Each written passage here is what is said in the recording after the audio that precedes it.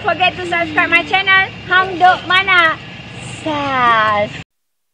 Assalamualaikum, selamat datang lagi ke channel Hang Duk Mana. Mari kita dengar respon Iswadi Murni terhadap kenyataan Sanusi. Apa Sanusi cakap? Sanusi dakwa 4 negeri pembangkang dihalang sertai program kerajaan persekutuan. Saya baca detail sikit dekat sini harian ni. Alostar Menteri Besar Kedah Datuk Seri Ahmad Sanusi makna mendakwa Exco dari 4 negeri pentadbir Perikatan Nasional PN dihalang untuk sertai program anjuran kerajaan persekutuan. Sanusi berkata larangan itu termasuk bagi Exco sukan di negeri pembangkang yang tidak akan mengusikan Hari Sukan Negara di peringkat negeri seperti sebelum ini. Macam-macam lah Sanusi ni. Okey, mari kita dengar respon daripada Iswadi Murni dia. Tengok komen macam biasa.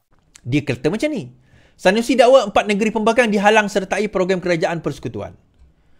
Alostar Menteri Besar mendakwa Exco dari 4 negeri PN dihalang untuk sertai program anjuran kerajaan. Sanusi berkata larangan itu termasuk Exco sukan di negeri pembangkang tidak dapat mempengerusikan hal ehwal sukan negara peringkat negeri seperti sebelum ini. Sebaliknya, kata beliau, pelaksanaan program itu turut diserahkan kepada pejabat ICU di bawah Jabatan Perdana Menteri untuk melaksanakan program berkenaan di negeri pembangkang. Tapi mereka nak pakai DO di peringkat daerah. Exco sukan mereka tak mau pakai. DO mereka nak. Nampak tak? Dia kata. Saya rasa tak sihat politik macam ni. Awak mereka pecat Kedah dari Malaysia dah kah? Kalau rasa kita Kedah pada Malaysia tak patut buat macam ni. Politik itu tahun 70-an, 80-an boleh lah. 2023 tak boleh orang macam tu. Habak mereka tak payah main politik macam tu, katanya. Okay, saya tak nak baca yang lebih-lebih lagi lah. Dia macam ni penglibatan, bila melibatkan projek ataupun program federal, maka ia melibatkan kerajaan ataupun melibatkan pusat. Melibatkan pusat. Dalam kes ini, Kementerian Belia dan Sukan. Bila Kementerian Belia dan Sukan, bajet itu datang daripada pusat. Kalau sekiranya Kedah nak buat juga perkara tersebut, senang saja. Dia buat projek di peringkat negeri. Yang itu gunakanlah Exco negeri. Itu tujuan Exco negeri. Bila dia sebut tadi Majlis Sukan Negara melibatkan projek yang melibatkan negara, itu melibatkan program negara dan juga DO kawasan tersebut. Kalau projek itu dilakukan Exco negeri, maka Exco negeri lah yang akan merasmikan. Nah, kenapa nak guna bajet federal tetapi negeri nak pergi claim? Kalau itu adalah projek, orang kata projek federal lah yang pergi claim. Kenapa negeri nak pergi claim? Apa negeri tak nak buat apa-apa ke? Negeri tak boleh buat apa? Negeri tak ada bajet ke nak buat benda tu? Kita cerita tadi 14 bilion, 40 bilion, 4 trilion, 5 trilion, tetapi masih lagi nak harapkan bajet daripada federal. Nak buat sukan di negeri kamu sendiri. Sedih ni tuan-tuan. Sedih ni. Tak payah kita cerita banyak-banyak benda itulah. Kesian kita kat orang negeri Kedah dapat pemimpin macam ni. Masih lagi nak berharapkan kepada federal. Tapi kutuk federal bukan main kan? Habis. Negeri yang so-called negeri-negeri PN ni pun tak ada kejayaan yang mereka boleh banggakan pun di negeri-negeri PN ni. Saya bagi contoh tuan-tuan. Okey, Sanusi kata. Sanusi claim Kedah terima pelaburan diluluskan 14.6 bilion ringgit. Kerajaan negeri Kedah menerima pelaburan diluluskan berjumlah 14 bilion bagi tempoh Januari hingga Jun 2023, katanya. Beliau berkata angka itu satu pencapaian membanggakan dipacu dengan kelengkapan fasiliti terutama di Kulim High Tech Park selain Kepantasan membuat keputusan. Ini satu pencapaian yang membanggakan dalam tempoh 6 bulan dan mungkin kita akan mencatat lebih daripada itu dalam tempoh 6 bulan lagi. Sasaran Kedah dalam Pelan Pembangunan 2035, setiap tahun kita akan capai purata 10 bilion, katanya.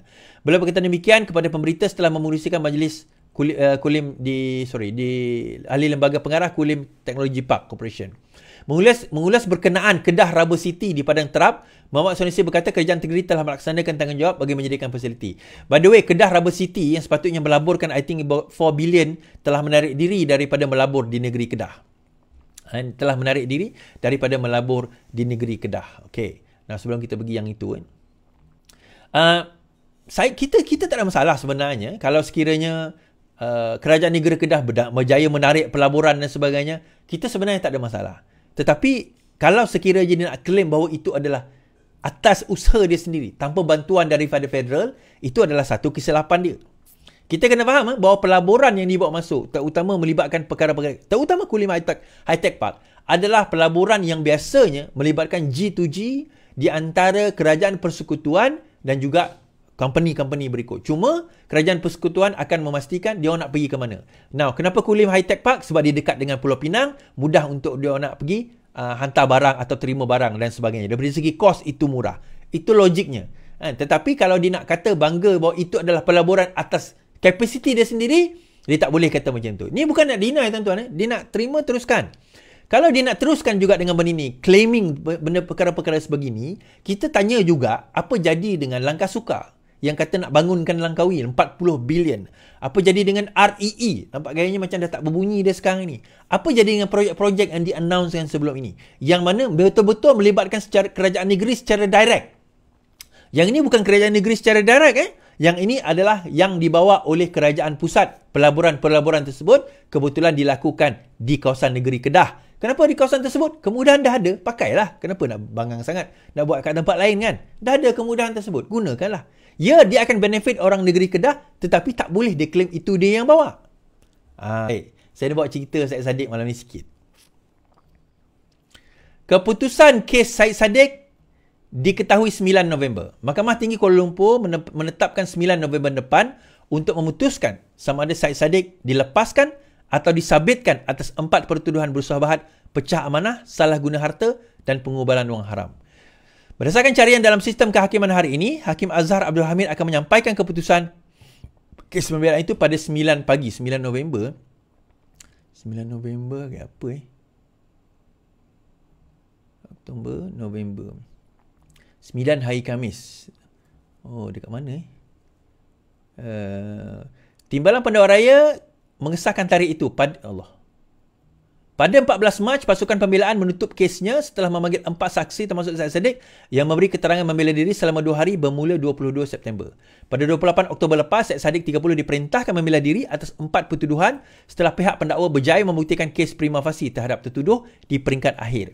Pihak pendakwaan menutup kesnya pada 27 September 2022 setelah memanggil 30 saksi yang bermula dalam perbicaraan bermula 21 Mei. Antara saksinya adalah ibu bapa Syed Saddiq, Sharifah Mahani Syed Abdul Aziz dan Syed Abdul Rahman Abdullah Assagoff serta Rafiq Hakim yang merupakan bekas penolong bendahari Angkatan Bersatu Anak Muda Armada atau Bersatu. Syed Saddiq didakwa bersubahat dengan Rafiq yang diamanahkan dengan dana berjumlah 1 juta untuk melakukan pecah amanah dengan menyalahgunakan dana. Perbuatan itu dilakukan di CIMB Bank Berhad. Mengikut Seksyen 406 membawa hukuman maksimum 10 tahun penjara. Bekas Ketua Amadat itu didakwa menyalahguna 120,000 daripada akaun Islamic Bank Berhad untuk diri sendiri dengan menyebabkan Rafiq melupuskan wang itu di Melayan Banking pada 21 April.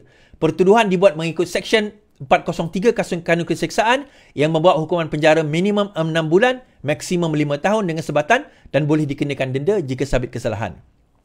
Beliau juga berdepan 2 pertuduhan melibatkan diri dalam aktiviti pengubahan wang haram, iaitu memindahkan wang masing-masing kira-kira 50,000 ke dalam akaun syarikat kepada akaun milik ASB di sendiri yang merupakan hasil aktiviti haram di sebuah bank di Jalan Perling, Taman Perling, Kuala Lumpur, Johor Bahru. Pertuduhan menurut Seksyen 4 Sub 1 Sub B Akta Pencegahan Wang Haram, penjagaan pembiayaan keganasan dan hasil aktiviti haram yang boleh dihukum di bawah Seksyen 41 Akta yang sama, memperuntukkan hukuman maksimum penjara 15 tahun, denda 5 kali ganda jumlah dan hasil aktiviti haram jika sabit kesalahan.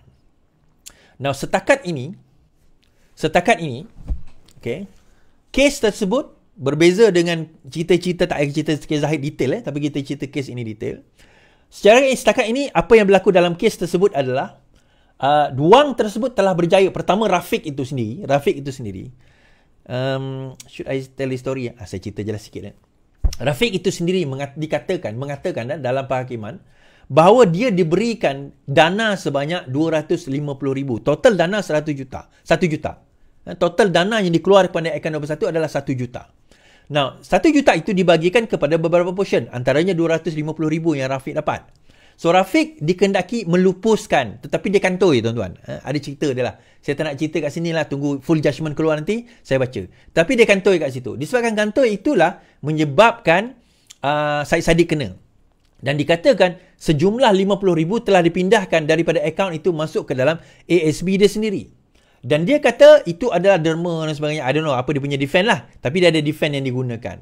Now, adakah beliau akan didapati bersalah atau tidak? 9 November nanti kita tentukanlah. Tapi kalau kita tengok daripada itu, jelas ada money trail.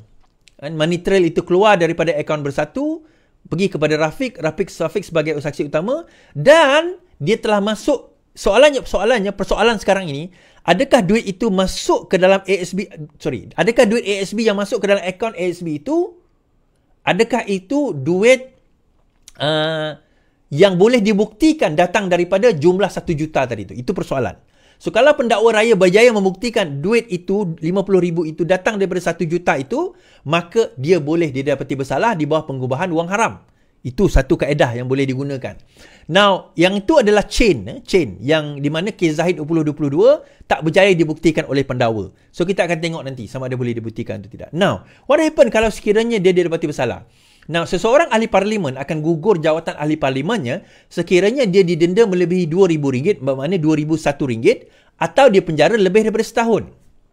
1 tahun ke atas, maka atau kedua-duanya sekali, maka jatuhlah dia sebagai ahli parlimen. So, katakanlah tiba-tiba dia didapati bersalah.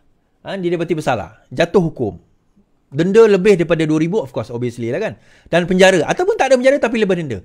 Adakah jatuh jawatan ahli parlimennya? Jawapannya tidak lagi. Not yet.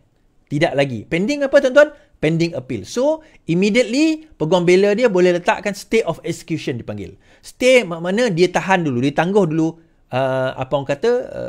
hukuman tersebut. Pending appeal. Menunggu kepada rayuan yang akan dikemukakan di mahkamah lebih tinggi, maka proses itu akan berlaku beberapa tahun sehinggalah mahkamah terakhir, kalau mahkamah tinggi, dia mahkamah terakhir, mahkamah persekutuan memutuskan dia tetap bersalah, maka di situ barulah jatuh. Itu pun mengambil masa saya rasa 5 tahun lagi kot. Bukti dia, tuan-tuan tengok sendiri Najib Tun Razak hari itulah, walaupun sudah didapati bersalah, tetapi dia masih lagi menjadi ahli parlimen kerana perkara tersebut. Sebagaimana kita tahu, dia adalah stay of execution. Okay? Okay, tuan-tuan, komen saya lah. Apalah Sanusi hidup bising. Dah dia kata dekat Kedah tu macam-macam pelaburan dapat. Buat je lah sendiri. Tak payah dia risau dengan dana daripada kerajaan persekutuan. Kau ada Kedah tu kaya sangat. Buat je lah apa. Pelaburan RE berbilion-bilion katanya. Hasilnya nanti banyak pelebur datang. Mestilah Kedah duit banyak. Tak payah nak tunggu daripada dana daripada kerajaan persekutuan. Buat je sendiri. So tak payahlah. Dia ada je benda yang tak puas hati ya. Macam-macam dia. So biasalah dia nak senyap sekejap dia buatlah drama ni lah, nama drama. Okey tuan-tuan, mari terus menyokong kajian persekutuan dan PMN Ibrahim. Assalamualaikum.